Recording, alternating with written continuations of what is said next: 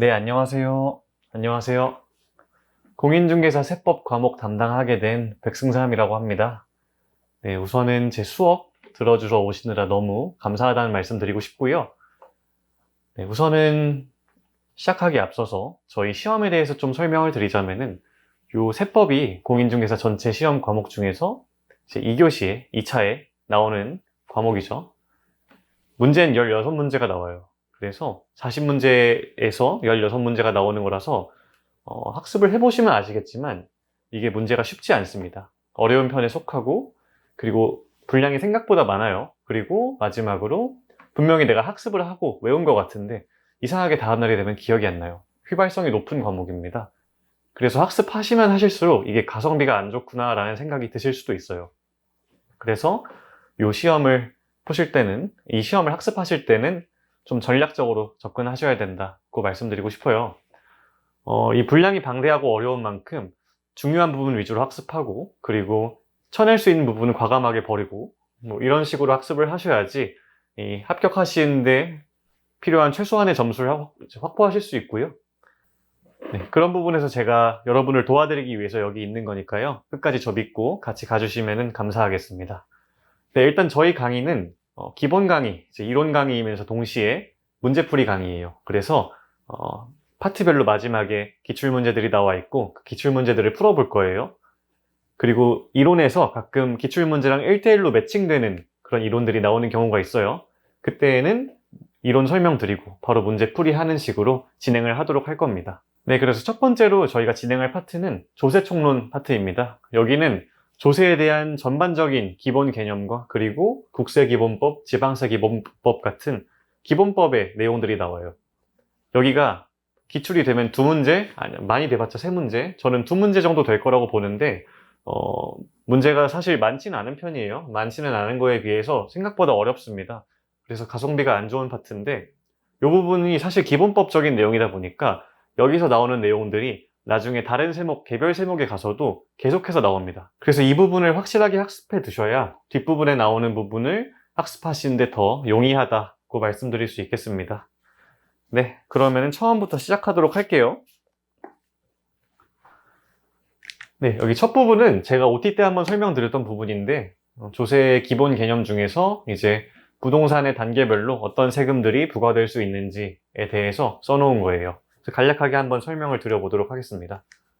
자, 일단 부동산 관련해서 발생하는 세금은 취득, 보유, 양도 단계 정도 세 단계로 나누어서 설명할 수 있어요. 이 취득 단계는 부동산을 취득하는 단계예요, 말 그대로. 그래서 부동산을 유상으로 누구한테 사올 수도 있고 아니면은 누군가한테서 무상으로 받을 수도 있고 아니면은 제가 제 자력으로 건설을 하거나 뭐 토지를 간척하거나 이럴 수도 있겠죠. 그런 경우를 다 통틀어서 취득이라고 하는 거고요. 저희 시험에서는 여기 취득 단계 중에서 취득세, 등록면허세 정도가 이 중요도가 높다고 봐주시면 될 것 같아요. 네, 그래서 취득세에 대해서 먼저 좀 간략하게 설명드리자면은 취득세는 취득 행위에 대해서 과세하는 세금입니다. 그래서 어떠한 물건을 취득할 때 행위에 대해서 과세하는 행위세다. 그리고 등록면허세는 등기나 등록 같은 것들을 할 때 그런 등기나 등록 등에 대해서 과세하는 세금이고요. 간략하게 설명 마치도록 할게요. 그리고 보유 단계는 부동산을 보유하면서 발생하는 세금을 말해요. 그래서 여기 재산세, 종합부동산세, 지역자원시설세는 부동산을 보유하고 있다는 사실 자체로 과세가 되는 세금이에요. 언제 보유하고 있냐면은 6월 1일마다, 그러니까 매년 6월 1일마다 보유하고 있는 사람한테 요 세 개의 세금이 과세가 됩니다. 일정한 조건을 만족했다는 가정하에.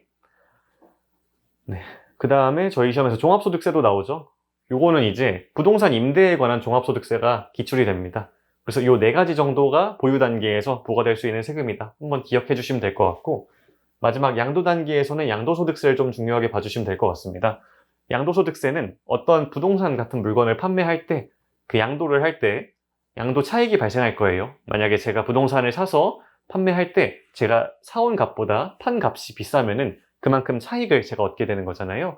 그래서 그 차익에 대해 과세하는 세금이 양도소득세입니다. 네, 전체적으로 이 정도 있다고 봐주시면 될 것 같고, 여기에 나머지 있는 것들을 한번 읽어주시면 될 것 같습니다. 그리고 추가적으로 지방소득세라고 있어요. 이 지방소득세는 소득세에 부과가 되는, 저희가 급여 받을 때 급여 명세서 보면은 소득세가 있고 지방소득세라고 혹은 주민세라고 10% 더 내는 금액이 있잖아요. 이게 소득세에 붙는 세금인데 여기도 양도 단계에서도 있고 보유 단계에서도 부과가 된다. 이 정도 한번 기억해 주시면 될 것 같고요. 조세란 무엇이냐면은 조세란 국가나 지방자치단체가 경비 충당을 위한 재정 수입을 조달할 목적으로 이제 법률에 규정된 과세 요건을 충족한 자한테, 여기가 좀 중요합니다. 법률에 규정된 과세 요건을 충족한 자한테 징수하는 금전급부를 의미한대요. 그래서 법에 규정되어 있지 않으면은 세금을 부과할 수 없습니다. 추후에 설명드릴 조세 법률주의랑 연관이 되어 있는 부분이에요. 그리고 직접적인 반대급부 없이 부과 징수한대요. 이게 무슨 의미냐면은 우리가 국가에서 세금을 징수할 때 세금을 징수한다는 대가로 저희한테 무언가를 주지 않잖아요. 그렇기 때문에 반대급부 없이 부과 징수한다 라고 하는 겁니다. 저희 책에서는 조세의 구분을 6가지 정도로 나눠놨어요. 그래서 이 구분도 한번 설명을 드려보겠습니다. 첫 번째로는 과세권자에 따른 구분이에요. 요거는 누가 조세를 징수하는가, 누가 조세를 걷어들이는가에 대한 구분인데 국세가 있고 지방세가 있습니다. 국세는 국가가, 중앙정부가 조세를 과세하는 주체인 경우이고요. 지방세는 지방자치단체, 도나 시, 구가 될 수 있겠죠. 지방자치단체가 과세 주체인 경우 지방세. 그래서 국세는 우리 시험에서 소득세랑 여기 종합부동산세 정도가 기출이 된다.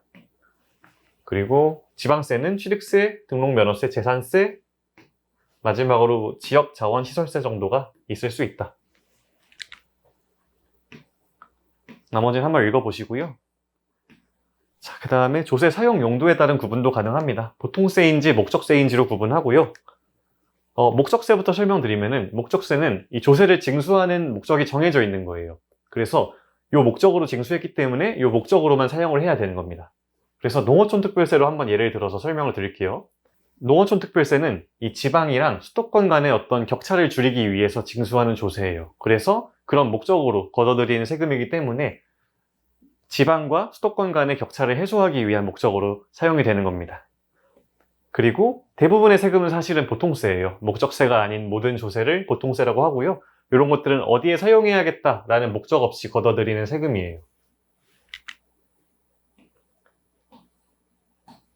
네, 그 다음은 조세 부담 주체에 따른 구분인데요.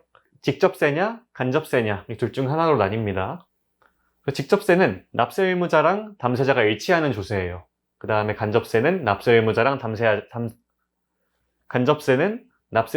담세자가 일치하지 않는 조세입니다. 직접세로 먼저 설명드리면은 소득세 중에서도 양도세로 먼저 설명을 드릴게요. 제가 만약에 제 부동산을 판매했어요. 그래서 양도소득세를 내야 됩니다.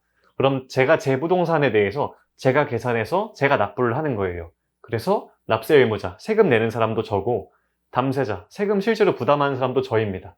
그래서 이렇게 대부분의 세금이 직접세 형태를 띠고 있어요. 그런데 간접세는 뭐냐면은 담세자랑 납세 의무자가 일치하지 않는 조세라고 그랬죠. 부가가치세로 한번 예를 들어 볼게요. 제가 마트에 가서 물건을 삽니다. 그래서 1,000원짜리 물건을 사야 되는데 이게 사실은 부가가치세가 붙어 있어서 1,100원에 팔아요. 10%가 더 붙어 있죠. 그래서 마트 사장님한테 제가 물건을 1,100원 주고 사옵니다. 여기서 붙어 있는 100원은 실질적으로 최종 소비자인 제가 부담하는 거예요. 근데 요거 납부는 제가 안 하죠. 마트 사장님이 대신 갖고 있다가 부가세 신고 기간에 대신 납부해 주십니다. 그래서 이때 납세 의무자는 마트 사장님인 거고 담세자는 저인 거예요. 이렇게 납세 의무자랑 담세자가 일치하지 않는 조세를 간접세라고 합니다. 그 다음은 독립세인지 부가세인지에 대한 여부로 구분할 수 있어요. 여기서 이 부가세는 방금 설명드린 부가가치세가 아닙니다. 말 그대로 부가세고요. 어떠한 세금에 부과가 된다고 해서 부가세라고 해요. 그리고 독립세는 독립된 세금, 소득세, 부가가치세 이런 것들을 말하고요. 그래서 이 부가세는 독립세에 부과가 됩니다. 좀 이해를 돕기 쉽게 설명드리자면은 취득세 납부해 보신 분은 아실 거예요. 취득세 영수증을 보시면은 취득세 얼마만 적혀 있는 게 아니고 그 밑에 농어촌 특별세가 얼마인지, 지방교육세가 또 얼마가 붙는지 이렇게 또 써 있어요. 그래서 본세 납부할 때 어떤 정책 목적상으로 추가적으로 이렇게 부과가 되는 경우가 있어요. 그런 것들을 부가세라고 합니다. 일반적으로 농어촌 특별세랑 지방교육세가 있고요. 예외적으로 소득세 납부하실 때 이 지방소득세가 10% 붙습니다. 그 다음에 인세인지 물세인지에 따른 구분이 있습니다. 자, 인세는 어떠한 사람에 대해서 그 사람의 인적 사항 같은 것들을 다 고려해서 부과하는 조세예요. 그리고 물세는 그 인에 대해서 어떠한 사항을 고려해서 부과하는 게 아니고 어떠한 과세 대상이 되는 물건에 대해서 그 물건의 사항을 고려해서 과세되는 세금입니다.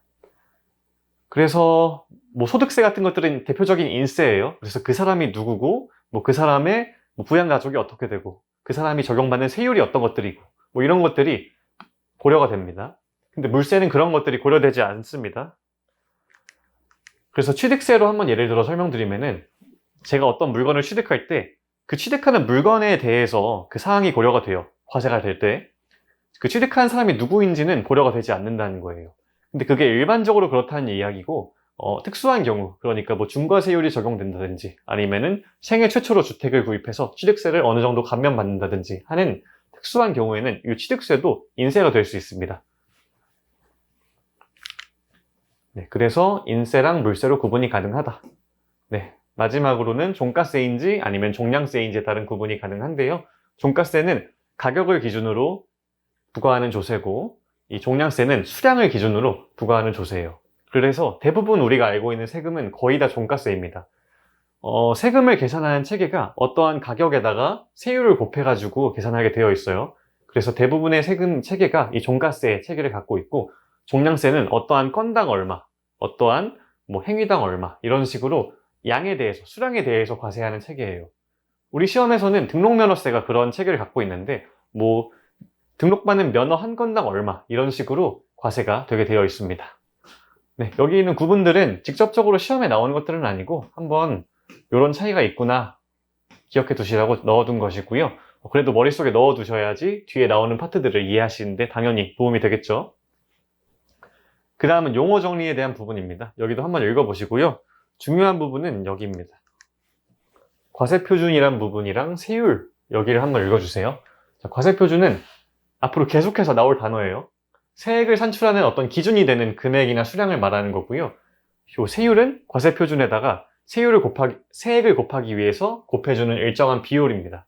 그래서 위에 종가세 설명드릴 때도 말씀드렸지만 이 대부분의 세금은 어떠한 가격에다가 세율을 곱해가지고 구하게 되어 있어요. 그래서 그 가격이 과세표준을 말하는 겁니다. 예를 들어서 설명드리면 다시 취득세로 설명드릴게요. 제가 어떤 물건을 취득할 때 그 취득세를 부과하기 위해서 그 대상이 되는 물건의 가격을 알아야 돼요. 그 물건의 가격이 과세표준이 되는 겁니다. 이제 거기다가 일정한 비율인 세율을 곱해가지고 세금을 구하게 되어 있는 거고요. 앞으로 계속 다른 개별 설명하시면서 나오게 되는 개념일 거니까요. 이 부분은 확실하게 머릿속에 넣어주시면 좋을 것 같고 여기 밑에 징수, 원천징수, 특별징수, 보통징수 이렇게 세 가지 징수자가 붙는 것들이 3개나 있습니다. 요거에 대해서 좀 더 설명드릴게요. 일단 원천징수는 급여 받아보신 분들은 아마 아실 거예요. 급여를 만약에 300만 원을 받기로 했어요. 그러면 300만 원을 전부 받는 게 아니죠. 사대보험도 떼고 아니면은 소득세, 지방소득세도 뗍니다. 그래서 급여 같은 것들을 지급할 때 이렇게 소득세를 떼는 행위를 원천징수라고 해요. 읽어보자면 세법에 따라 원천징수 의무자가 국세를 징수하는 거를 원천징수라고 한대요. 그래서 저한테 급여 지급할 때 요 세금 대신 납부해주는 사장님을 원천징수 의무자라고 하는 거고 그걸 실질적으로 부담하는 저를 원천납세 의무자라고 합니다. 그래서 원천징수 의무자가 원천납세 의무자를 대신해서 요 세금을 납부를 해주는 걸 원천징수라고 하는 겁니다. 밑에 특별징수는 원천징수의 지방세법상 개념이라고 봐주시면 될 것 같아요. 개념은 지방세의 징수에 있어서 그 징수에 편의가 있는 자로 하여금 징수시키고 그 징수한 세금을 납입하게 하는 것이라고 써있죠. 그래서 원천징수를 지방세법상 개념으로 설명하면 특별징수다. 이렇게 봐주시면 될 것 같고요. 마지막 보통징수는 조금 달라요. 위에 두 개랑. 일반적으로 세금은 우리가 자력으로 신고해서 납부하는 경우가 더 많아요. 근데 그런 경우 말고 국가에서 고지서 보내줘서 납부하는 경우가 있습니다. 그래서 지방세법상 개념이에요. 지방세법상 지자체에서 고지서 보내줘서 납세 의무자한테 얼마 납부해라 라고 하는 그게 보통징수입니다. 그래서 신고납부의 반대 개념이라고 보시면 될 것 같아요. 네, 그 나머지는 한 번씩 읽어보셔야 됩니다. 이게 기출이 한 번 된 적이 있습니다. 용어를 물어보는 문제가 기출이 된 적이 있어서 다시 한번 대비하기 위해서 한 번씩은 읽어보시는 게 좋고요. 그리고 기간의 계산에 있어서는 민법을 준용합니다. 그래서 초일불산입 원칙을 준용하기 때문에 어떠한 날짜부터 어떠한 날짜까지 기간의 계산할 때 첫날은 빼고 마지막 날은 넣는다. 이렇게 기억해 주시면 되겠습니다. 자, 30번, 30페이지에 문제 2번 한번 보겠습니다. 네, 문제 2번 볼게요. 지방세 기본법 및 지방세법상 용어의 정의에 관한 설명으로 틀린 것은, 그래서 지방세법상 용어를 물어보고 있는 거예요. 5번으로 가볼게요. 지방자치단체의 징수금이란 지방세와 가산금 및 체납처분비를 말한다. 요거 제가 위에 용어 정리에 써드렸는데 거기는 징수금이라고만 나와 있을 거예요. 그래서 뭐 동일한 걸로 이해해 주시면 되고, 이 지방자치단체의 징수금은 지방세, 가산금, 그리고 체납처분비까지를 말하는 용어입니다. 그래서 요거는 맞는 설명이고요. 4번을 보시면은 납세자란 납세의무자, 괄호치고 연대납세의무자와 제2차 납세의무자 및 보증인 포함과 특별징수의무자를 말한다 라고 되어 있죠. 요것도 아까 용어 정리에 보시면 동일한 설명이 나와 있습니다. 그래서 납세자는 납세의무자랑 특별징수의무자를 말하는데 납세의무자엔 연대납세의무자 등도 포함이 된다. 맞는 설명이고요. 자, 3번 세무공무원이란 지방자치단체의 장 또는 지방세 부과 징수 등에 관한 사무를 위임받은 공무원을 말한다. 여기 보면은 지방세법에 대한 설명이죠. 그래서 지방세법상으로는 맞는 설명이에요. 그러니까 요거는 맞는 문항인데 만약에 국세에 대해서 물어보고 있는 문제였다면 틀린 설명이었겠죠. 우선 지방세에 대한 문제이기 때문에 맞는 설명이다. 자, 2번 취득세에서 사용하는 용어 중 부동산이란 토지 및 건축물을 말한다. 요건 취득세 파트 처음 부분에 아마 나올 건데 맞는 설명입니다. 그래서 취득세법상 부동산은 토지 및 건축물을 말하고요. 네, 1번 볼게요. 보통징수란 지방세를 징수할 때 편의상 징수할 여건이 좋은 자로 하여금 징수하게 하고, 이하 생략. 요거는 보통징수에 대한 설명이 아니죠. 요건 특별징수에 대한 설명입니다. 보통징수는 신고납부의 반대 개념이라고 말씀드렸죠. 그래서 신고납부하는 게 아니고 국가에서 아니면 지방자치단체에서 납세고지서 보내줘서 납세자로 하여금 납세하게 하는 거를 보통징수라고 한다. 그래서 요 1번은 틀린 설명입니다. 그래서 정답은 1번이 되겠고요. 다시 1번 문제 한번 봐볼게요. 이건 처음에 설명드렸던 부동산 단계별 부과 세금에 대한 문제예요. 국내 소재 부동산의 보유 단계에서 부담할 수 있는 세목은 모두 몇 개인가? 그래서 농어촌 특별세부터 볼게요. 이 농어촌 특별세는 모든 단계에서 부과가 가능합니다. 그래서 취득, 보유, 양도 단계에서 부과가 가능하다. 자, 지방교육세는 취득 단계 그리고 보유 단계에서 부담할 수 있는 세금입니다. 자, 그리고 세 번째로 개인지방소득세는 보유 단계 그리고 양도 단계에서 부담할 수 있는 세금이에요. 요거는 종합소득세랑 따라다닌다고 제가 처음에 말씀드렸죠. 그래서 종합소득세 보유 단계 그리고 양도 단계에서 부과하기 때문에 개인지방소득세도 보유 및 양도 단계에서 부담할 수 있다. 마지막 특정 부동산에 대한 지역자원시설세. 요 앞에 거는 그냥 생략하시고요. 지역자원시설세만 보시면 됩니다. 지역자원시설세는 보유 단계에서 재산세랑 같이 따라다닌다 라고 이해해 주시면 돼요. 그래서 지역자원시설세 역시 보유 단계에서 부담할 수 있는 세목이다. 그래서 전부 다 보유 단계에서 부담할 수 있기 때문에 답은 5번입니다. 네, 지금까지는 조세의 기본 개념에 대한 이야기였고 이제는 조세의 기본 원칙에 대한 이야기예요. 요거는 조세를 적용하려면은 여기 있는 원칙들을 지켜서 적용을 해라 라는 그런 내용에 대한 거고요. 첫 번째 조세법률주의부터 볼게요. 요거는 헌법에 규정된 어떠한 내용인데 조세의 종목과 세율은 법률로 정한대요. 그래서 법에 정해져 있지 않으면 조세를 부과할 수 없어요. 우리가 코인 과세한다고 한때 말이 되게 많았죠. 지금은 과세가 유예되고 과세가 예고되어 있는 상태인데 지금까지 코인에 대해서 과세를 할 수 없었던 거는 코인에 과세할 수 있는 법률상의 근거가 없었기 때문이에요. 그런데 이제는 법적인 근거를 만들어 두었기 때문에 차후에 과세가 가능하다. 그래서 요 조세는 법률에 근거해서 과세해야 된다라는 내용이었고요. 국세기본법상 국세 부과의 원칙 중에서 실질과세의 원칙부터 좀 설명을 드릴게요. 3항까지인데 첫 항부터 보자면은 과세의 대상이 되는 소득 등의 귀속이 명의일 뿐이고 그리고 사실상의 귀속된 자가 따로 있을 때에는 사실상 귀속된 자를 납세 의무자로 해서 세법을 적용해라 라는 내용이 있어요. 좀 구체적으로 설명드리면은 제가 만약에 사업을 하고 싶어요. 사업을 하고 싶어서 뭐 이것저것 알아보는데 제가 신용불량자여서 사업을 할 수가 없는 상황인 거예요. 그래서 제 친구한테 명의를 빌려달라고 해서 사업을 개시했습니다. 그래서 친구는 아무것도 안 하고 사실상 운영은 제가 했어요.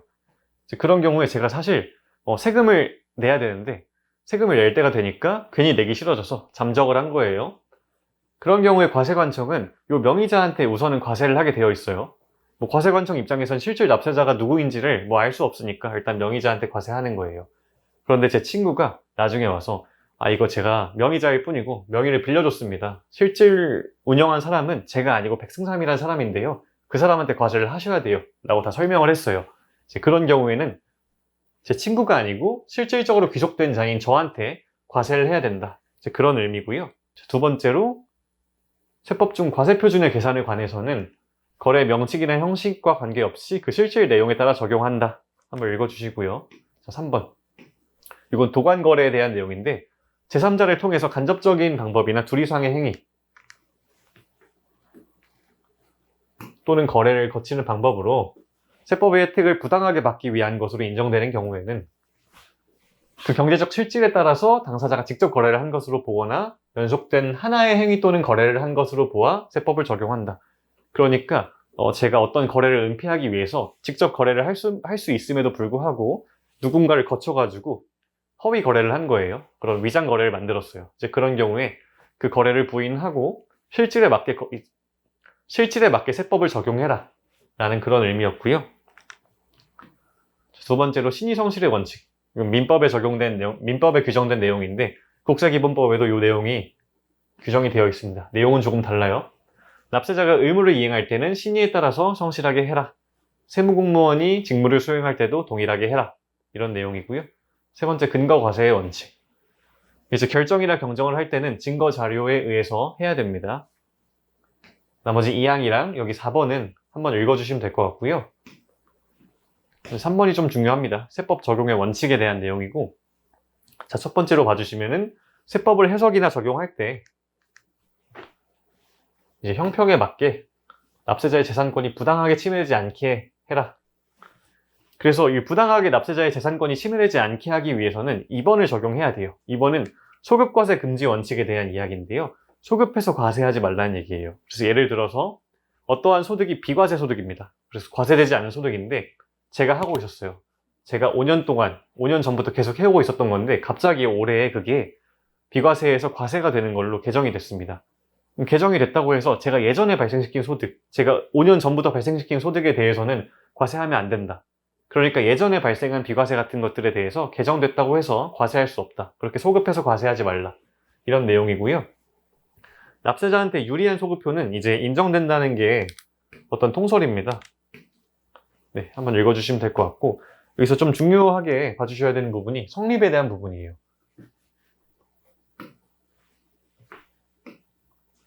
단순히 소급과세하지 말라는 게 아니고 이미 성립한 소득에 대해서 성립 후에 새로운 세법으로 과세하지 말라는 그런 내용이에요.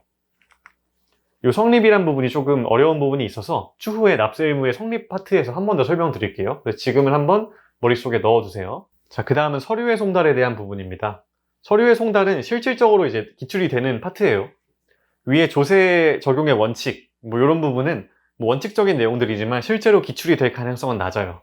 여기 서류의 송달부터는 이제 암기를 제대로 해야겠다. 이런 마음가짐으로 가주시면 될 것 같고요. 송달이 뭐냐면은 조세에 관련된 처분 등에 대한 사항을 납세자한테 보내가지고 도달하게 하는 것을 말합니다. 그 송달의 장소가 어디인지 이런 것들이 문제로 나옵니다. 원칙적으로는 명의인의 주소, 거소, 영업소 또는 사무소. 이게 원칙이고요. 전자송달을 한 경우에는 전자우편 주소가 됩니다. 그리고 연대납세 의무자라는 개념이 있는데 추후에 한 번 더 설명드릴 거예요. 그래서 연대납세 의무자라는 게 있고 연대납세 의무자한테 송달하는 경우에는 연대납세 의무자 중에서 그 대표자가 명의인인 걸로 해서 그 명의인의 주소, 거소, 영업소 또는 사무소에다가 송달해라. 만약에 대표자가 없는 경우에는 연대납세 의무자 중에서 국세를 징수하기에 유리한 자를 명의인으로 해서 이 원칙을 적용해라. 다만 납부의 고지나 독촉에 관한 서류는 연대납세 의무자 모두한테 각각 송달해야 됩니다. 그리고 상속이 개시된 경우로서 상속 재산 관리인이 있는 경우에는 그 관리인의 주소 또는 영업소, 납세 관리인이 있는 경우로서 납부의 고지와 독촉에 관한 서류는 그 납세 관리인의 주소나 영업소, 그리고 송달받아야 할 사람이 교정시설이나 국가경찰관서의 유치장에 체포가 됐거나 아니면 구속이 됐어요. 이런 경우에는 그 사람의 주소나 영업소에서 받을 수가 없겠죠. 그렇기 때문에 해당 교정시설의 장 또는 국가경찰관서의 장이 송달받을 장소가 됩니다. 송달의 방법도 중요합니다. 방법은 원칙적으로 교부의 방법으로 우편 또는 전자송달로 합니다. 전자송달은 납세자가 신청한 경우에 한해서 하고요. 그리고 납부의 고지, 독촉, 강제징수에 관련된 명령과 관계되는 서류는 무조건 등기우편으로 해야 됩니다. 그래서 11월 정도 되면은 자택으로 중간이납 고지서 아마 갈 거예요. 아마 자택에 안 계셨으면은 우체국 등기 스티커만 있을 건데 거기에 언제까지 우체국 와서 가져가세요? 안 그러면 반송될 겁니다. 이렇게 써 있을 겁니다. 그래서 그런 고지나 독촉, 강제징수 관련된 서류는 등기로 해야 된다. 자, 그리고 송달은 원칙적으로 송달을 받아야 할 장소, 송달할 장소에서 송달을 받아야 할 자에게 서류를 교부하는 방법으로 합니다. 그런데 송달 받아야 할 자가 거부하지 아니하면은 그 위치를 바꿀 수 있어요. 다른 장소에서 교부할 수 있다. 그리고 이 부분 중요한데요. 송달할 장소에서 송달 받아야 할 자를 만나지 못했을 때, 그럼 보충적으로 이제 보충인한테, 보충인이 누구냐면 사용인이나 종업원 또는 동거인으로서 사리를 판별할 수 있는 사람한테 서류를 송달할 수 있어요. 이걸 보충 송달이라고 합니다. 그리고 이러한 보충인들이 정당한 사유 없이 거부했어요. 서류 수령을 거부한 경우에는 송달할 자료에 서류를 두고 올 수 있습니다. 요거를 유치 송달이라고 합니다. 자, 다시 보충적으로 동거인이나 종업원 등의 사리를 판별할 수 있는 사람이 있는 경우에는 그 사람들한테 줄 수 있고 그 사람들이 정당한 사유 없이 거부하면은 그 자리에 두고 올 수 있다. 이렇게 이해해 주시면 될 것 같고요. 자, 그리고 더 중요한 공시송달이라는 게 있어요. 송달하지 않고 어떠한 공시하는 걸로 송달이랑 동일한 효력을 내는 거를 이제 공시송달이라고 하는데요. 자, 이제 1에서 4까지 어느 하나에 해당하는 경우에는 공시송달을 할 수 있다는 겁니다. 첫 번째로 주소나 영업소가 국외에 있고 송달하기 곤란한 경우, 아니면 주소 또는 영업소가 분명하지 아니한 경우, 세 번째로 등기우편으로 송달했는데 수취인이 부재 중이라서 납부기한 내에 반송됐는데 납부기한 내에 송달이 곤란하다고 인정되는 경우, 네 번째로 세무공무원이 2번 이상, 2회 이상 방문했는데 수취인이 부재 중이라서 납부기한까지 송달이 곤란하다고 인정되는 경우, 요거는 처음 방문한 날이랑 마지막 방문한 날 사이의 기간이 3일 이상이어야 됩니다. 그래서 여기 사유 중에 하나에 해당이 되면은 이 서류의 내용을 공고해가지고, 공시해가지고 송달할 수 있고요. 공고한 날부터 14일이 지난 날이 되면은 서류 송달이 된 걸로 봅니다. 보통 국세정보통신망 등에 게재해가지고 공시를 합니다. 송달의 효력은 송달 받아야 할 자에게 도달한 때부터 효력이 발생합니다. 도달주의를 취하고 있고, 그리고 전자송달 같은 경우는 전자우편 주소에 입력된 때 송달의 효력이 발생합니다. 자, 위에 공시송달 같은 경우에는 도달한 때부터 효력이 발생하지 않고 공시돼서 14일이 지나면은 이 송달의 효력이 발생하는 거겠죠. 그 다음은 좀 특이한 케이스인데 송달 지연으로 인한 납부기한의 연장이라는 부분입니다. 그래서 송달을 지정한 기한 내에 했었어야 됐는데 송달이 좀 지연되거나 했어요. 그래서 어떠한 모종의 사유가 발생을 했단 말이죠. 즉 그런 경우에는 납부기한이 언제까지임에도 불구하고 그 날짜보다 더 연장해 줄게, 그런 개념입니다. 국세랑 지방세랑 달라요. 국세부터 설명드리면은 송달이 지연됐어요. 지연돼서 도달했는데 이미 납부기한이 지났어요. 아니면은 도달했는데 도달한 날로부터 14일 이내에 납부기한이 도래합니다. 14일 이내에 납부기한이 도래하는 경우, 이 두 가지 중 어느 하나에 해당하면은 그 도달한 날 기준으로 14일이 지난 날이 납부기한인 걸로 해줄게, 그래서 그날까지로 납부기한 연장해줄게, 이런 내용이고요. 여기 14일 한번 주목해 주시고요. 자, 밑에 2번은 위에 1이랑 좀 다른데요. 요거는 납부기한 전에 납부고지를 하는 경우 위 1에도 불구하고 다음의 구분에 따른 날 납부하여야 할 기한으로 한다 라고 되어 있죠. 이게 무슨 소리냐면은 국세징수법이라는 법에 납기전 징수라는 규정이 있습니다.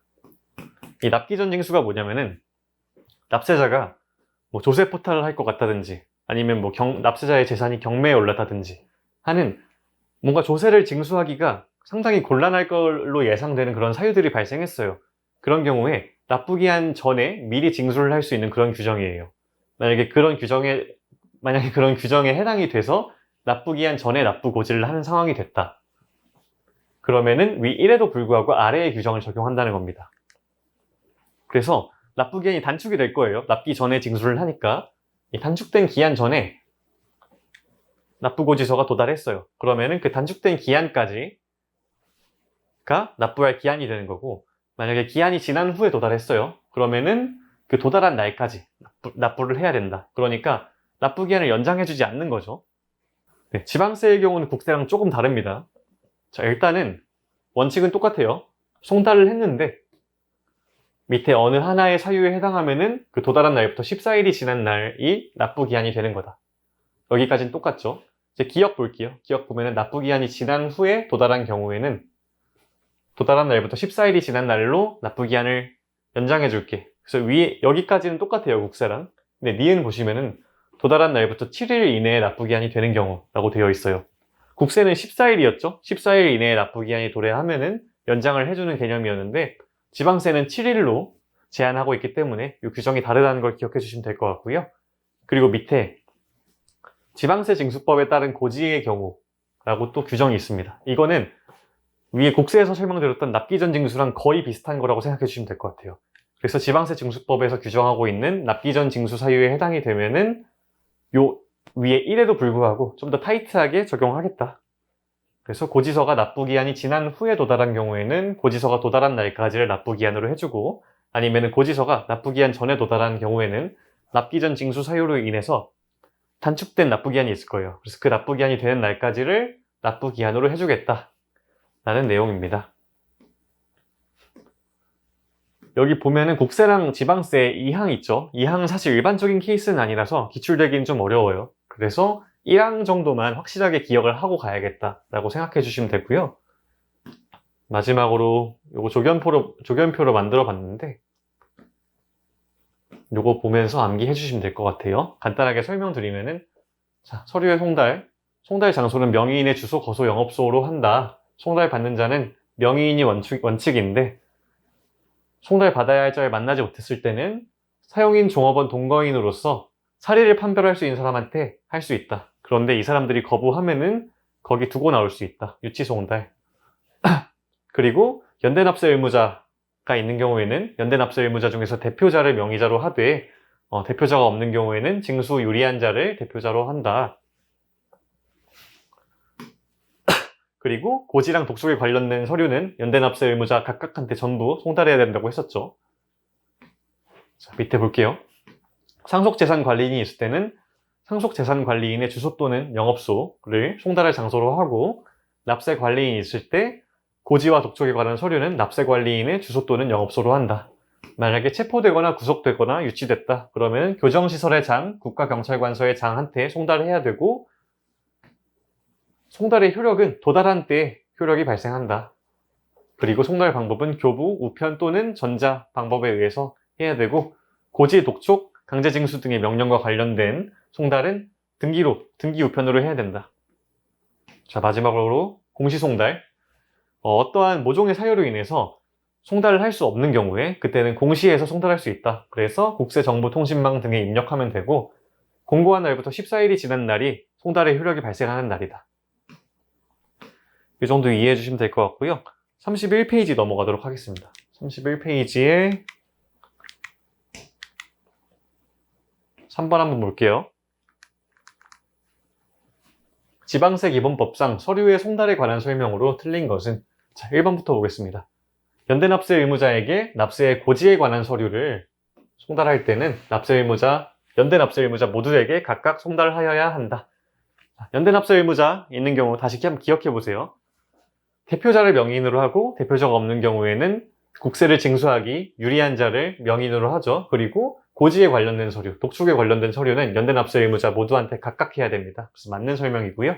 이번에 기한을 정해서 납세고지서를 송달했더라도 서류가 도달한 날부터 10일이 되는 날에 납부기한이 되는 경우 지방자치단체에 징수금을 납부 기한은 해당 서류가 도달한 날부터 14일이 지난 날로 한다. 이게 맞는 설명인 것 같은데 국세인 경우엔 맞는 설명이에요. 근데 지방세에 대해서 물어보고 있잖아요. 국세는 도달한 날로부터 14일 이내에 납부 기한이 도래하면은 연장을 해주는 그런 규정이 있었어요. 근데 지방세 같은 경우는 14일이 아니고 7일이었죠. 그래서 요거는 7일 이후인 이제 10일이 된 날에 납부 기한이 되기 때문에 연장되는 그 규정을 충족하지 못해서 정답은 2번이 됩니다. 2번이 틀린 설명. 자, 3번. 납세 관리인이 있을 때는 납세 고지와 독촉에 관한 서류는 그 납세 관리인의 주소 또는 영업소에 송달한다. 요거 동일한 설명이 아까 송달 부분에 있었죠? 요건 맞는 설명이고요. 4번. 교부에 의한 서류 송달의 경우 송달할 장소에서 서류를 송달받아야 할 자를 만나지 못했을 때 그의 사용인으로서 이 부분 키워드 있죠? 이제 보충 사용인인데 사리를 분별할 수 있냐? 사리를 분별할 수 있는 사람한테 서류를 송달할 수 있다. 그래서 보충 송달에 대한 설명이고요. 이것도 맞는 설명입니다. 자, 5번을 보면은 서류를 송달받아야 할 자의 주소 또는 영업소가 분명하지 아니한 경우에는 주요 내용을 공고한 날부터 14일이 지나면 서류의 송달이 된 것으로 본다. 공시송달에 대한 설명인데 공시송달 사유가 맞는지를 한번 봐줘야 돼요. 그래서 아까 사유 1에서 4번째 중에서 1에서 4 중에서 두 번째 송달받아야 할 자의 주소 또는 영업소가 분명하지 아니한 경우가 있었죠. 그래서 이것도 옳은 설명입니다. 그래서 정답은 2번이고요. 다시 돌아가겠습니다. 네, 그 다음은 가산세에 대한 설명이에요. 이 가산세는 조세벌 성격의 어떤 세금이라고 봐주시면 될 것 같은데 납세 의무자가 세법에서 정해져 있는 의무를 이행하지 않은 경우에 그 의무에 대한 벌적인 성격으로 부과가 되는 세금입니다. 그래서 의무 위반하면은 부과가 된다. 그리고 두 번째 보시면은 가산세는 해당 의무가 규정된 세법에 해당 국세의 세목으로 한다. 혹은 지방세 라고 되어 있어요. 이게 무슨 소리냐면은 가산세가 보통 붙으면은 제가 만약에 부가가치세를 무신고했어요. 그럼 부가가치세에 대한 무신고 가산세가 나와요. 그럼 이 가산세도 부가가치세라는 그런 의미예요. 그래서 어떤 세목에, 특정 세목에 대해서 가산세가 나오면은 그 가산세 또한 그 세목으로 한다는 그런 의미였습니다. 그리고 해당 국세를 감면하는 경우 가산세는 그 감면 대상에 포함시키지 아니한다. 기억해 주시고요. 가산세는 납부할 세액에 가산하거나 환급받을 세액에서 공제한다. 이것도 한번 읽어주시고 이 가산세는 기본적으로 신고에 대한 가산세가 있고 큰 틀에서 보면은 신고에 대한 가산세가 있고 그리고 납부에 대한 가산세가 있어요. 다시 신고에 대한 가산세 중에서는 신고하지 아니한 경우에 대한 가산세, 그러니까 무신고한 경우에 대한 무신고 가산세가 있고 그리고 신고는 했는데 기한까지 신고는 했는데 뭔가 내용이 잘못됐어요. 그래서 잘못된 경우에 수정 신고하거나 아니면 국가에서 바로 저한테 직권으로 고지를 한 경우가 있어요. 납세 의무자한테 고지를 한 경우가 있는데 그런 경우에 가산세로 나눠진다. 다시 설명하면은 무신고 시의 가산세랑 과소신고 혹은 초과 환급 신고 시의 가산세가 있는 겁니다. 이 무신고 시부터 설명드릴게요. 법정 신고 기한이 정해져 있어요. 우리 종합소득세로 예를 들어 설명드리면은 5월까지 신고 납부하게 돼 있잖아요. 종합소득세는. 그래서 5월까지 신고 납부했어야 되는데 신고하지 않았대요. 그런 경우에는 그 신고 납부했어야 되는 세금의 20%의 금액을 가산세로 부과합니다. 그 다음에 무신고했는데 만약에 사기나 그 밖에 부정한 행위를 저질렀어요. 납세 의무자가. 그런 경우에는 100분의 40, 40%에 상당하는 금액을 가산세로 부과합니다.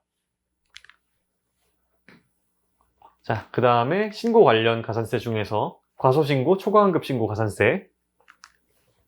위에는 기한까지 신고하지 아니한 경우예요. 이거는 기한까지는 어쨌든 신고를 했어요. 신고는 했는데 내용이 잘못돼서 제가 수정 신고를 하거나 아니면은 세무서에서 아니면 지자체에서 신고 내용 잘못됐으니까 이게 맞는 거다. 그래서 이대로 내라 라고 정정 고지를 했어요. 그런 경우에 제가 최초에 신고했던 세금이 있을 거고 나중에 수정하면서 늘어난 세금이 있을 거예요. 그래서 그 차액만큼을 우리가 과소신고했거나 아니면 처음에 환급을 받았더라면 초과 환급을 받았다고 해요. 그래서 이 둘은 사실 같은 말이에요. 처음에 신고를 해서 납부를 했는지 환급을 받았는지의 차이 정도만 있다. 사실상 같은 말이다. 어쨌든 그래서 그 차액에 대해서 가산세가 나오는 겁니다. 법정 신고 기한까지 과세표준 신고를 한 경우로서 신고하여야 할 납부세액보다 적게 신고, 그러니까 과소신고하거나 아니면 초과 환급한 경우에 그 세액의 100분의 10, 10%죠. 그 금액을 가산세로 부과한다. 그리고 이것도 위 무신고 가산세랑 마찬가지로 사기나 그 밖에 부정한 행위가 있었으면은 100분의 40, 40%가 가산세입니다. 네, 신고 관련 가산세는 이 정도 기억해 주시면 되고, 그 다음 납부 관련 가산세예요. 이게 국세, 지방세가 조금 다릅니다. 신고 기한이 있고 납부 기한이 있어요. 웬만하면 다 동일한데 이 소득세 같은 경우는 5월까지 신고하고 동시에 5월까지 납부해야 돼요. 신고랑 이제 별개로 납부를 기한까지 안 하면 이 가산세가 부과가 되는 겁니다. 납부 지연 가산세라고 하고요. 기본적으로는 여기 뭐라고 설명되어 있냐? 조세를 납부하지 아니하거나 납부하여야 할 세액보다 적게 납부, 과소 납부해서 과소 납부하거나 환급 받아야 할 세액보다 많이 환급, 초과 환급 받은 경우에는 여기 1에서 3까지를 더해주래요. 그래서 무납부한 세액 아니면 과소 납부한 세액, 밑에 초과 환급 받은 세액, 뭐 거의 사실 같은 말이죠. 이 과소 납부랑 초과 환급은 거의 같은 말이라고 봐주시면 될 것 같고, 이거 곱하기 법정 납부 기한 혹은 환급 받은 날의 다음 날부터 납부일까지 그 기간 하루하루 계산하게 돼 있는 거예요. 거기에 이 가산세율이 0.022%입니다. 자, 다시 설명드리자면은 납부 지연 가산세예요. 그래서 납부하지 아니한 세액 아니면 내가 덜 납부한 세액 아니면은 더 많이 환급받은 세액에 내가 환급받았거나 납부하지 않았거나 아니면은 과소 납부한 날의 다음 날부터 그 납부일까지의 기간 하루하루 계산해서 거기에 0.022%를 곱한다. 이게 납부 지연 가산세이다. 이렇게 기억해 주시면 될 것 같고, 자, 세 번째로 저기 납부고지서에 따른 납부기한까지 납부하지 않은 세액이 있는 경우라는 내용이 있어요. 이건 위에랑 조금 성격이 다른데, 일반적으로 우리가 신고 납부해서 우리가 자력으로 신고해서 납부하는 세금이 있고, 아니면 국가에서 별개로 고지서를 보내주는 경우가 있어요. 뭐 신고 납부하는 세금인 경우에도 고지서를 보내주는 경우가 있고요. 그래서 그렇게 고지서가 나왔는데 그 고지서에 따른 납부기한까지 납부를 안 했대요. 그럼 그 세액의 3%를 가산세로 부과합니다. 자, 다시 설명드리면은 일단 무납부했어요. 무납부했으면 하루당 0.022%, 무납부했거나 과소납부했으면 하루당 0.022%가 붙는다. 그리고 고지서가 나온 경우에 고지서에 따른 납부기한까지 납부 안 했으면은 요 위랑 관계없이 일단 과소납부하거나 납부하지 않은 세액의 3%가 부과된다. 이렇게 기억해 주시면 되고요. 이 지방세도 거의 비슷한데 하나만 달라요.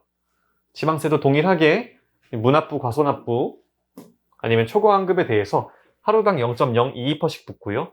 납세 고지서가 나온 경우, 신고 납부의 경우가 아니고 고지가 나와서 납부해야 되는 경우에 납부하지 아니하면은 3%가 붙는다. 여기까지 동일하죠?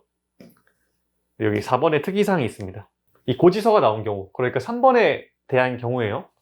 3번에 대한 경우에는 이 고지서에 따른 납부기한까지 납부를 안 했어요. 그래서 납부기한이 지난 날부터 1개월이 지날 때마다 무납부하거나 과소납부한 세액의 0.66%씩을 가산한대요.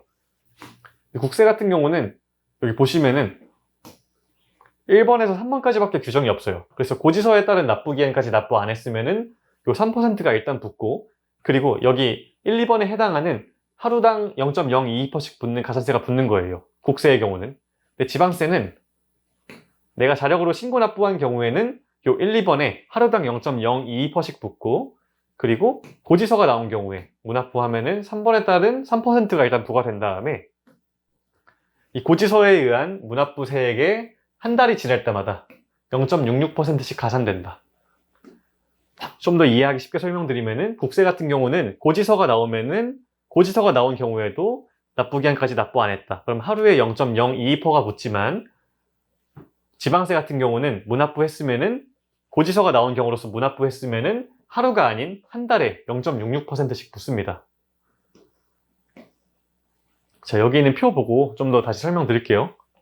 가산세는 신고와 관련된 가산세가 있고 납부와 관련된 가산세가 있다. 그리고 신고 관련된 가산세는 무신고의 경우에는 20%가 붙고 과소신고했거나 초과환급한 경우에는 10%가 붙는다. 그리고 부정한 경우에 해당하면 어떠한 경우라도 40%의 가산세가 부과가 된다. 그리고 납부 관련된 가산세는 일단 납부 지연일수 하루당 0.022%씩 가산세가 부과가 된다. 그리고 이 신고 관련 가산세랑 납부 관련 가산세는 국세에는 이 한도 규정이 없는데 지방세엔 특이하게 한도 규정이 있습니다. 본세의 75%를 한도로 해서 적용되고요. 마지막으로 납세 고지를 받은 경우 기본적으로 납세 고지를 받았지만 기한까지 납부하지 아니하면은 3%의 가산세가 부과가 된다. 그리고 지연일수 하루당 0.022%씩 부과된다. 여기랑 동일하게. 그리고 지방세 같은 경우도 국세랑 동일하게 3%가 부과되지만 하루가 아닌 한 달에 0.66%씩 부과가 된다. 이 표는 항상 머릿속에 넣어두시는 게 좋을 것 같고요. 그 다음에 가산세에도 감면 규정이라는 게 있습니다. 첫 번째는 일정 기한 내에 수정신고를 한 경우, 이거는 과소신고 가산세 아니면 초과환급 가산세를 감면해주는 규정이에요. 기한까지는 어쨌든 신고 납부 의무를 이행을 했는데 기한이 지나가지고 수정신고를 하게 된 거예요. 그래서 자진해서 수정신고하게 되면은 1개월 이내에 수정신고하면은 과소신고 가산세나 초과환급 가산세를 90% 감면해줄게 라는 내용이고요. 신고 관련 가산세는 감면이 되는데 납부 관련 가산세는 감면이 안 됩니다. 그리고 과세표준이나 세액을 경정할 것을 미리 알고 수정신고한 경우에도 역시 감면이 되지 않습니다. 그래서 1개월 이내에 수정신고를 하게 되면 가산세 90%나 감면을 해줘요. 과소신고 가산세가 10%였죠? 그러면은 10%가 아니고 1%만 부과가 되는 거겠죠? 두 번째로 무신고한 경우로서 신고 기한까지 신고하지 않았는데 그 이후에 기한 후 신고를 했어요. 그런 경우에도 감면 규정이 있어요. 소득세로 예를 들어 설명드리면은 5월까지 신고 납부해야 되는데 법정 신고 기한 지나고 1개월 이내에 6월 이내에 신고한 경우에는 50%를 감면해줍니다. 무신고 가산세를 감면해주는 거고요. 위에 수정신고 시의 감면 규정보다는 조금 더 혜택이 적다고 봐주시면 될 것 같아요. 이 가산세 같은 경우에는 사실 개별 문제로 나오지는 않을 가능성이 높아요. 그런데 추후에 양도소득세나 이런 파트 들어가시면은 지문에 하나씩을 가산세가 구성하고 있는 경우가 있거든요. 이 가산세는 국세 기본법, 지방세 기본법의 내용이라서 다른 개별 세목에서도 동일하게 적용이 돼요. 물론 특수하게 다른 경우도 있지만 거의 비슷하게 적용이 된다고 봐주시면 될 것 같아요. 그래서 이 내용이 모든 세목에 거의 비슷하게 적용이 된다. 그래서 가산세 관련 문제가 나오면은 요걸 떠올려라 라고 말씀드리고 싶고요. 그 다음은 기출 많이 되는 파트, 납세 의무의 성립, 확정, 소멸에 대한 부분입니다. 납세 의무라는 게 있어요. 납세 의무는 내가 세금을 내야 되는, 납세 의무자가 세금을 내야 되는 의무를 말하고요. 이 납세 의무라는 거는 성립, 확정, 소멸 과정을 통해서 생겨났다가 없어졌다가 합니다. 자, 이 납세 의무의 성립부터 한번 봐볼게요. 이 성립이 뭐냐면은 과세 요건이 충족됐어요. 그래서 추상적으로 납세 의무가 생겨나는 걸 말하고요. 어떤 구체적인 금액이 확정되거나 이런 건 아니에요. 그래서 이 사람이 최소한 어떤 신고 납부를 해야 되는구나, 아니면은 정부에서 부과해서 결정을 해줘야 되는구나, 이 정도의 납세 의무가 생겨나는 거다, 추상적으로 라고 이해해 주시면 될 것 같고, 확정은 납부할 세액 구체적으로 얼마인지 확정되는 거를 말합니다. 마지막으로 소멸은 여기 성립됐거나 확정됐던 납세 의무가 사라지는 걸 말하고요. 성립부터 볼게요. 자, 납세 의무의 성립이란 위에서 설명드렸죠. 조세법에서 규정한 과세 요건이 충족됨으로써 납세 의무가 추상적으로 생겨나는 것을 말한다. 자, 이 납세 의무의 성립은 세목마다 갖고 있는 특성이 조금씩 달라요. 그래서 조금씩 다르게 성립된다. 첫 번째부터 설명드리면은 과세 기간이 끝나는 때 성립하는 조세가 있고, 과세 사실이 발생했을 때 성립하는 조세가 있고요. 본세의 납세 의무가 성립하면은 따라가지고 성립하는 경우가 있고요. 예외적인 경우가 있습니다. 첫 번째로 과세 기간이 끝나는 때. 이게 무슨 소리냐? 법인세나 소득세 같은 것들을 보면은 언제부터 언제까지가 과세기간이라고 정해져 있어요. 그래서 그 과세기간별로 세금을 납부하게 되어 있는 거예요. 소득세도 보통 이제 1년이라고 하죠. 1월 1일부터 12월 31일까지가 과세기간인데 1년치에 대해서 그 다음 연도 5월까지 신고 납부하게 되어 있잖아요. 그래서 소득세 같은 경우는 12월 31일에 기간이 끝나요. 그래서 이 12월 31일이 되면은 소득세의 납세 의무가 성립을 하게 되는 겁니다. 법인 같은 경우도 거의 동일한데 법인은 과세기간을 좀 소득세랑 다르게 설정할 수 있어요. 소득세 같은 경우는 항상 1월 1일부터 12월 31일까지가 과세기간이 되는 거고요. 그래서 소득세의 예로 한번 이해를 해주시면 될 것 같아요. 부가가치세도 동일하게 과세기간이 끝나는 때 성립하는 조세입니다. 그리고 두 번째로 과세 사실이 발생했을 때, 어떠한 과세 사실이 발생하면은 성립하는 조세. 첫 번째, 상속세는 상속이 개시되는 때, 증여세는 증여에 의해서 재산을 취득하는 때. 여기서 특이사항으로 증여로 인해서 취득세를 납부하게 되는 경우에는 이 취득세는 증여 계약일을 말합니다. 그리고 인지세는 과세 문서를 작성한 때 종합부동산세, 재산세, 지역자원시설세, 이거 제가 처음에 보유 단계에서 설명드렸던 부분인데, 얘네들은 부동산을 보유하고 있다는 사실만으로 과세되는 세금이에요. 그래서 얘네는 과세 기준을 6월 1일에 누가 이 부동산을 소유하고 있었냐에 따라서 과세가 되는 거예요. 그래서 과세 기준일인 6월 1일이 되면은 자동으로 성립이 됩니다. 그 다음 취득세. 과세 물건을 취득하는 때. 마지막 등록면허세. 재산권과 그 밖의 권리를 등기하거나 등록하는 때. 그리고 본세의 납세 의무에 따라서 성립하는 조세도 있습니다.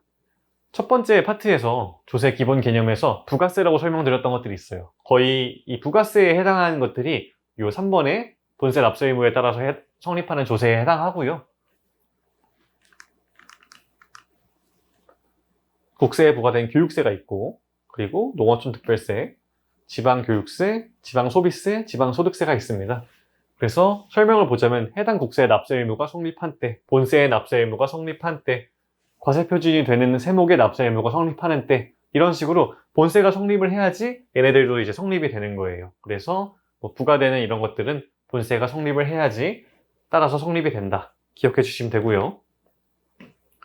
마지막 예외적인 경우.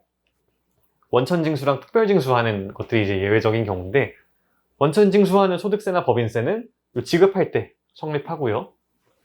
특별징수하는 지방소득세 같은 경우는 과세표준이 되는 소득, 그러니까 과세표준이 되는 본세에 해당하는, 국세에 해당하는 소득이 있을 거예요. 그 소득에 대해서 이 소득세나 법인세를 원천징수하는 때에 성립합니다. 그리고 성립이랑 관련해서 또 봐주셔야 되는 부분이, 자, 이 납세 의무 성립 관련해서 좀 중점적으로 봐주셔야 될 부분이 하나 있는데, 우리 아까 소급과세 금지 원칙 부분에서 납세 의무가 성립된 소득에 대해서 성립 후에 새로운 세법으로 과세하지 말라라고 규정되어 있었죠.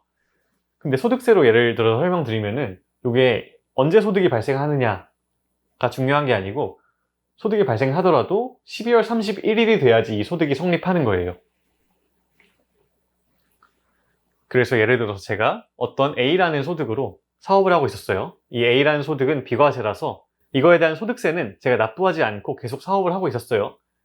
그래서 5월까지 열심히 사업하고 있었는데 갑자기 6월에 A라는 소득이 비과세에서 과세인 걸로 개정한다 라고 이제 개정안이 나온 거예요. 근데 시행은 그 개정한 연도부터 바로 한다 라고 공표해 버린 거예요.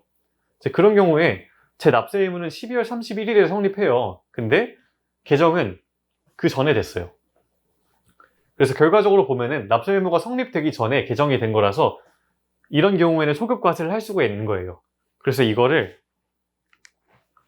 부진정 소급이라고 합니다.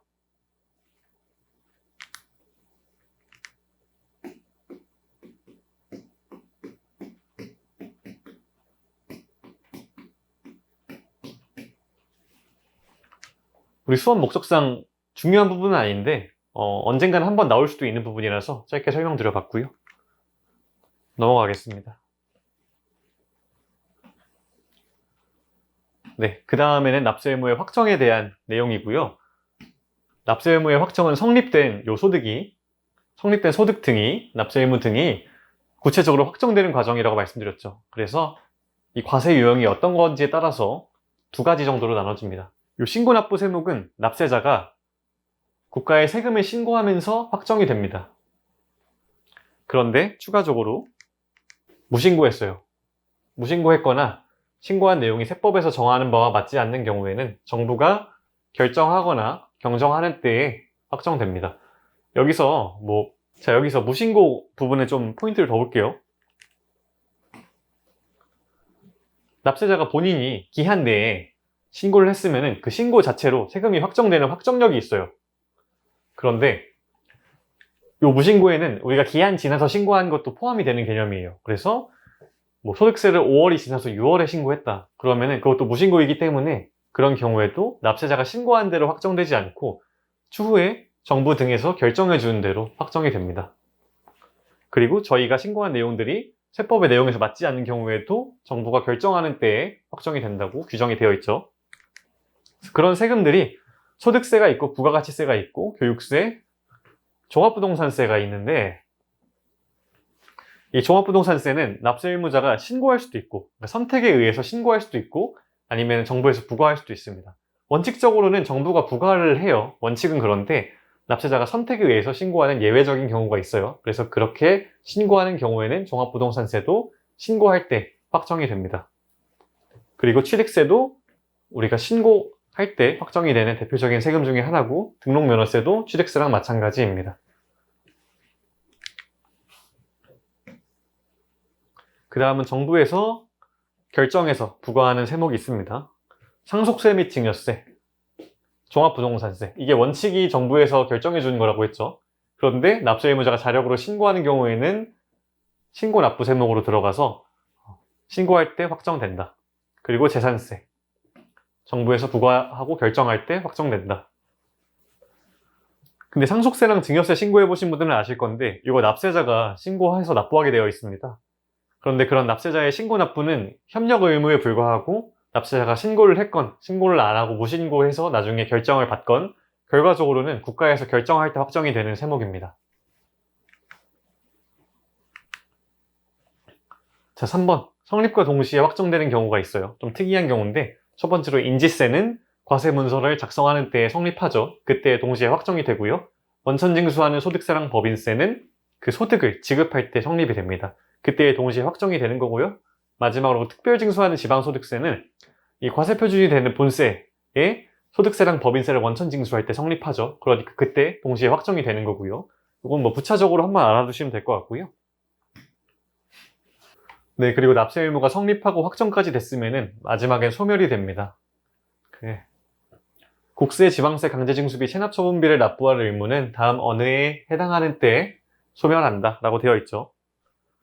납부됐거나 세금 납부하면은 납세 의무 소멸되고요. 그리고 충당됐거나 요거는 제가 납부할 세금이 있었는데 갑자기 환급받을 권리가 생겼어요. 환급을 받게 됐어요. 그럼 환급되지 않고 납부할 세액이랑 상계됩니다. 충당이 되는 거예요. 그래서 충당됐을 때 또는 부과가 취소됐을 때 당연히 취소되면은 납세 의무도 사라지겠죠. 그리고 부과 제척 기간이 만료됐을 때 국세 징수권, 지방세 징수권의 소멸시효가 완성되었을 때 이 부과 제척 기간이랑 소멸시효는 이제 설명드릴 거고요. 여기 내용이 좀 많아서 잠시 한 타임 쉬고 가겠습니다. 그래서 10분 정도 휴식할 거고 네, 우선은 첫 강 들어주시느라 고생 많으셨고요. 좀 중점적으로 기억해 주셔야 될 부분이 송달에 대한 부분 좀 많이 암기하시려고 노력을 해주시면 될 것 같고 나머지 부분은 좀 원칙적인 내용들에 대한 것들이 많아서 암기는 하되 어느 정도 좀 완급 조절은 해주셔야 될 것 같고요.